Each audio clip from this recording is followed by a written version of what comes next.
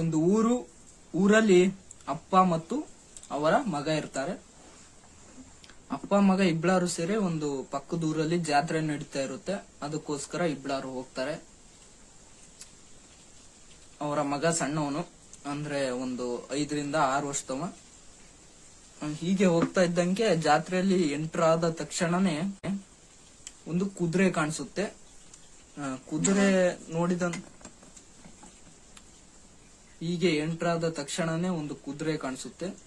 ಆ ಕುದುರೆನ ಯಾವ್ದಕ್ಕೆ ಕಟ್ಟಾಕಿರ್ತಾರೆ ಅಂದ್ರೆ, ಒಂದು ಸಣ್ಣ ಕೋಲ್ ಇರುತ್ತೆ, ಅದಕ್ಕೆ ಆ ಒಂದು ಕುದುರೆನ ಕಟ್ಟಾಕಿರ್ತಾರೆ.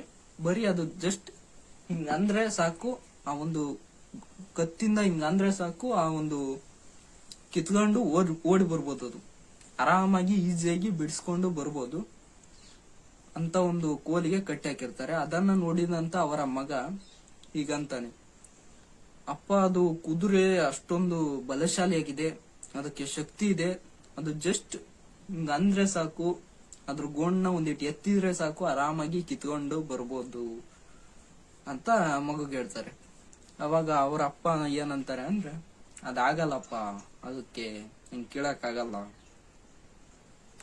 ಅದ್ರಾಗ ಅವಾಗ ಮಗ ಅಂತಾನೆ, ಅಪ್ಪ ಅದ್ರ ಹತ್ರ ಈಗ ಶಕ್ತಿ ಇದೆಯಲ್ಲ, ಅದು ಜಸ್ಟ್ ಹಿಂಗ ಅಂದ್ರೆ ಸಾಕು ಕಿತ್ಕೊಂಡ್ ಬರ್ಬೋದು ಅಂತ ಹೇಳ್ತಾರೆ. ಅವಾಗ ಅಪ್ಪ ಹೇಳ್ತಾನೆ, ಅದು ಆಗಲ್ಲ ಅಪ್ಪ, ಅದಕ್ಕೇನಂದ್ರೆ ಸಣ್ಣಕ್ಕಿರ್ತಾನೆ ಅದು ಸಣ್ಣ ಕುದುರೆ ಆಗಿದ್ದಾಗಲೇ ಅದನ್ನ ದೊಡ್ಡ ಮರದಲ್ಲಿ ಕಟ್ಟಾಕ್ಬಿಡ್ತಾರೆ. ಅವಾಗ ಸಣ್ಣ ಕುದುರೆ ಏನ್ ಮಾಡುತ್ತೆ ಅಂದ್ರೆ, ಇತ್ಲಾಗ ಒಟ್ಟು ತಿರುಗಿ ಒಟ್ಟು ಎಷ್ಟು ಕಸುವಿರುತ್ತೆ ಎಷ್ಟು ಕಸುವಿರುತ್ತೆ ಅದನ್ನೆಲ್ಲ ಹಾಕಿ ಪ್ರಯತ್ನ ಪಡುತ್ತೆ ಬಿಡ್ಸ್ಕೊಂಡು ಹೋಗಕ್ಕೆ. ಅವಾಗ ಅದಕ್ಕೆ ಆಗೋದೇ ಇಲ್ಲ.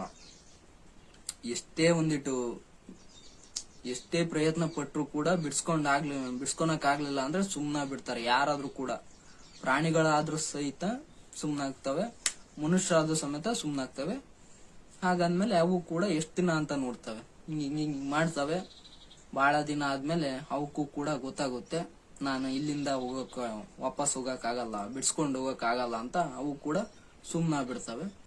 ಅವಾಗ ಅದ್ರ ತಲೆಯಲ್ಲಿ ಏನು ಕುಂತಿರುತ್ತೆ ಅಂದ್ರೆ, ಯಾವಾಗ ನನ್ನ ಕತ್ತಿಗೆ ಒಂದು ದಾರ ಬಂತು ಅಥವಾ ಹಗ್ಗ ಬಂತು, ಹಗ್ಗ ತಂದು ಯಾವ್ದಕ್ಕೆ ಹೋಗಿ ಕಟ್ಟಿದ್ರು ನಾನು ಅದರಿಂದ ಬಿಡ್ಸ್ಕೊಳಕ್ ಆಗೋದೇ ಇಲ್ಲ ಅನ್ನೋದೊಂದು ಯೋಚನೆ ಬಂದ್ಬಿಡುತ್ತೆ, ತಲೆಯಲ್ಲಿ ಕುಂತ್ ಬಿಡುತ್ತೆ. ಅದಕ್ಕೋಸ್ಕರ ಅದು ದೊಡ್ಡ ಕರ್ಮ ಪ್ರಯತ್ನನೇ ಮಾಡಲ್ಲ. ಜಸ್ಟ್ ಹಿಂಗಂದ್ರೆ ಸಾಕು ಬಿಡ್ಸ್ಕೊ ಬರಕ್. ಯಾವಾಗ ಅದು ಗೊತ್ತಾಗ್ಬಿಡುತ್ತೆ ಅವರಿಗೆ ಇನ್ನು ಹೋಗಲ್ಲಿದು ಅಂತ, ಅವಾಗ ಅವರು ಒಂದು ದೊಡ್ಡ ಕುದುರೆ ಆದ್ಮೇಲೆ ಅದಕ್ಕೆ ಹಗ್ಗ ಹಾಕಿ ಒಂದು ಕೋಲಿಗೆ ತಂದು ಕಟ್ತಾರೆ. ಅವಾಗ ಅದು ಬಿಡ್ಸ್ಕೊಳಕ್ ಹೋಗೋದೇ ಇಲ್ಲ. ಯಾಕೆ ಅಂದ್ರೆ ಅದಕ್ಕೀಗ ಸಣ್ಣಕ್ಕಿರ್ತಾನೆ ರೂಢಿ ಆಗಿದೆ, ನಾ ಇಲ್ಲಿಂದ ಹೋಗಕ್ ಆಗಲ್ಲ, ಎಷ್ಟೇ ಪ್ರಯತ್ನ ಪಟ್ರು ನನ್ ಕತ್ತಿಗೆ ಯಾವಾಗ ಹಗ್ಗ ಬಂತು ಮತ್ತು ನಾನು ಯಾವಾಗ ಕಟ್ ಹಾಕ್ತಾರೆ ಅವಾಗ ಹೋಗಕ್ ಆಗಲ್ಲ ಅನ್ನೋದು ತಲೆಯಲ್ಲಿ ಕುಂತಿರುತ್ತೆ. ಈ ಕಥೆನ ನಾನು ಯಾಕೆ ಹೇಳಿದೆ ಅಂದ್ರೆ, ಇದು ಕೂಡ ನಾನು ಕೇಳಿರೋದೆ, ಎಷ್ಟೋ ಸಲ ಕೇಳಿದ್ದೀನಿ. ಒಂಥರ ತುಂಬಾ ಎಕ್ಸ್ಪೀರಿಯನ್ಸ್ ಮೂಲಕ ಹೇಳ್ತಾ ಇದ್ದೀನಿ. ನಾನು ಕೂಡ ಇನ್ಸ್ಪೈರ್ ಮಾಡಿದಂತ ಸ್ಟೋರಿ ಇದು. ಭಾರಿ ಚೆನ್ನಾಗಿದೆ, ಅರ್ಥ ಆಯ್ತು ಅನಿಸುತ್ತೆ. ನಾವೇನಾದ್ರೂ ಒಂದು ಕೆಲ್ಸದಲ್ಲಿ ಸಣ್ಣಕ್ಕಿರ್ತೆಯಿಂದನೂ ಸಮೇತ ಪ್ರಯತ್ನ ಪಡ್ತಾ ಇರ್ತೀವಿ. ನಾನು ಕೂಡ ಎಷ್ಟೋ ಸಲ ಕ್ರಿಕೆಟರ್ ಆಗ್ಬೇಕು ಅಂತಾನೆ ಇದ್ದೆ, ಆದ್ರೆ ಆಗ್ಲಿಲ್ಲ. ಅಂದ್ರೆ ನಾನು ಬಾಲಿಂಗ್ ಚೆನ್ನಾಗಿ ಮಾಡ್ತಿದ್ದೆ, ಎಷ್ಟೋ ಚೆನ್ನಾಗಿ ಮಾಡ್ತಾ ಇದ್ದೆ. ಅವಾಗ ದೊಡ್ಡಕ್ಕೆ ಹೋದ್ಮೇಲೆ ಗೊತ್ತಾಯ್ತು ರೂಲ್ಸ್ ಎಲ್ಲ ಬೇರೆ ಬೇರೆ ಇದಾವೆ ಅಂತ. ಅವಾಗಿಂದ ಆಗಲ್ಲ ಅಂತ ಅನ್ಕೊಂಡಿದ್ದೆ, ಬಟ್ ಮುಂದೆ ಪ್ರಯತ್ನ ಪಡ್ತೀನಿ. ಕೆಲವೊಮ್ಮೆ ಏನ್ ಅನ್ಸುತ್ತೆ ಅಂದ್ರೆ, ನಮ್ಗೆ ಸಣ್ಣಕ್ಕಿರ್ತ ಒಂದಿಷ್ಟು ರೂಢಿ ಮಾಡ್ತು, ಒಂದಿಟ್ಟು ಏನಂತಾರೆ ಅಭ್ಯಾಸಗಳು, ನಮ್ಮ ಅಭ್ಯಾಸಗಳು ಏನಿರ್ತವೆ, ನಾವು ಪ್ರಯತ್ನ ಪಡ್ತಾನೆ ಇರ್ತೀವಿ ಯಾವ್ದೊಂದು ಕೆಲಸದಲ್ಲಿ, ಯಾವ್ದೊಂದು ನಮ್ ಡ್ರೀಮ್ಗೋಸ್ಕರನೋ ಅಥವಾ ಯಾವ್ದೋ ಒಂದು ಕೆಲಸದಲ್ಲಿ ನಾವು ಸಣ್ಣಕ್ಕಿರ್ತ ಪ್ರಯತ್ನ ಪಡ್ತಾನೆ ಇರ್ತೀವಿ. ಅವಾಗ ಅದಾಗ್ಲಿಲ್ಲ ಅಂದ್ರೆ ನಮ್ಮ ಮುಂದೆ ಬಂದ್ಮೇಲೆ ಏನಾಗುತ್ತೆ, ಇದು ಆಗಲ್ಲ, ನನ್ ಕೈಯಿಂದ ಇದು ಆಗಲ್ಲ ಅನ್ನೋದು ತಲೆಯಲ್ಲಿ ಕುಂತಿರುತ್ತೆ. ಅರ್ಥ ಆಯ್ತು ಅನ್ಸುತ್ತೆ, ತಲೆಯಲ್ಲಿ ಕುಂತಿರುತ್ತೆ.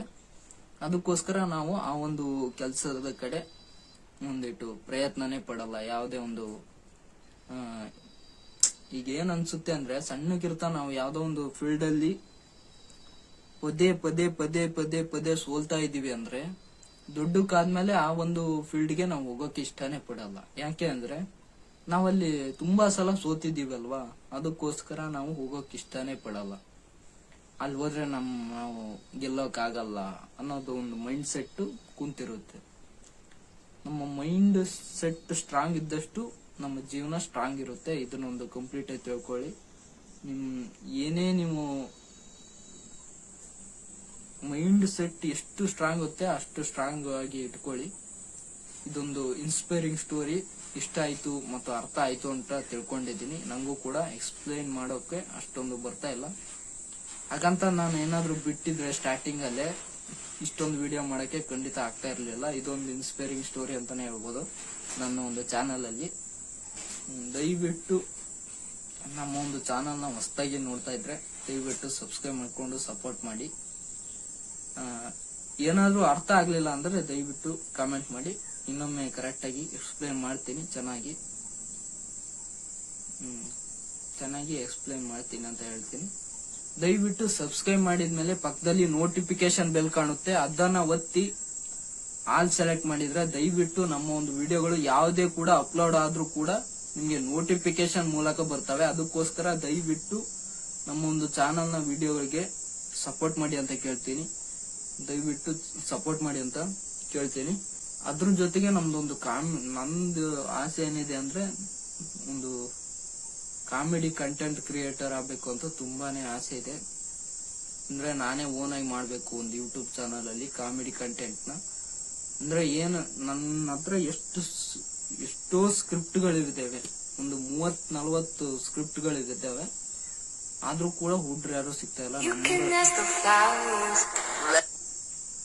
ನಮ್ಮೂರಲ್ಲೂ ಕೂಡ ಹುಡ್ರು ಯಾರು ಸಿಗ್ತಾ ಇಲ್ಲ. ಅದಕ್ಕೋಸ್ಕರ ಅದೊಂದು ಡ್ರೀಮ್ ಇದೆ ನನಗೂ ಕೂಡ, ಒಂದು ಕಾಮಿಡಿ ಕಂಟೆಂಟ್ ಕ್ರಿಯೇಟರ್ ಆಗ್ಬೇಕು, ಒಂದು ಆಕ್ಟಿಂಗ್ ಅಲ್ಲಿ ಒಂದು ಒಳ್ಳೆ ಹೆಸರು ಮಾಡಬೇಕು, ಯೂಟ್ಯೂಬ್ ಅಲ್ಲಿ ಒಂದು ಫೇಮಸ್ ಆಗಬೇಕು ಅನ್ನೋದು ನನಗೂ ಕೂಡ ಬಹಳ ಆಸೆ ಇದೆ. ದಯವಿಟ್ಟು ನಿಮ್ಮ ಸಪೋರ್ಟ್ ಇದ್ರೆ ಆ ಒಂದು ಚಾನಲ್ ಲಿಂಕ್ ನ ದಯವಿಟ್ಟು ನಾನು ಡಿಸ್ಕ್ರಿಪ್ಷನ್ ಅಲ್ಲಿ ಹಾಕೋಕ್ಕಾಗಲ್ಲ, ಹಾಕ್ತೀನಿ. ಆದ್ರೂ ಒಂದ್ಸತಿ ಹೇಳ್ಬಿಡ್ತೀನಿ.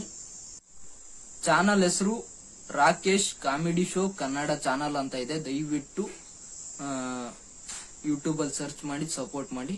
ಹಂಗೆ ಡಿಸ್ಕ್ರಿಪ್ಷನ್ ಬಾಕ್ಸ್ ಅಲ್ಲೂ ಕೂಡ ಕೊಟ್ಟಿರ್ತೀನಿ, ದಯವಿಟ್ಟು ಸಪೋರ್ಟ್ ಮಾಡಿ. ಯಾರ್ದೋ ಫೋನ್ ಬರ್ತಾ ಇದೆ, ದಯವಿಟ್ಟು ಸಪೋರ್ಟ್ ಮಾಡಿ ಅಂತ ಕೇಳ್ತೀನಿ. ಮುಂದಿನ ವಿಡಿಯೋದಲ್ಲಿ ಸಿಗೋಣ.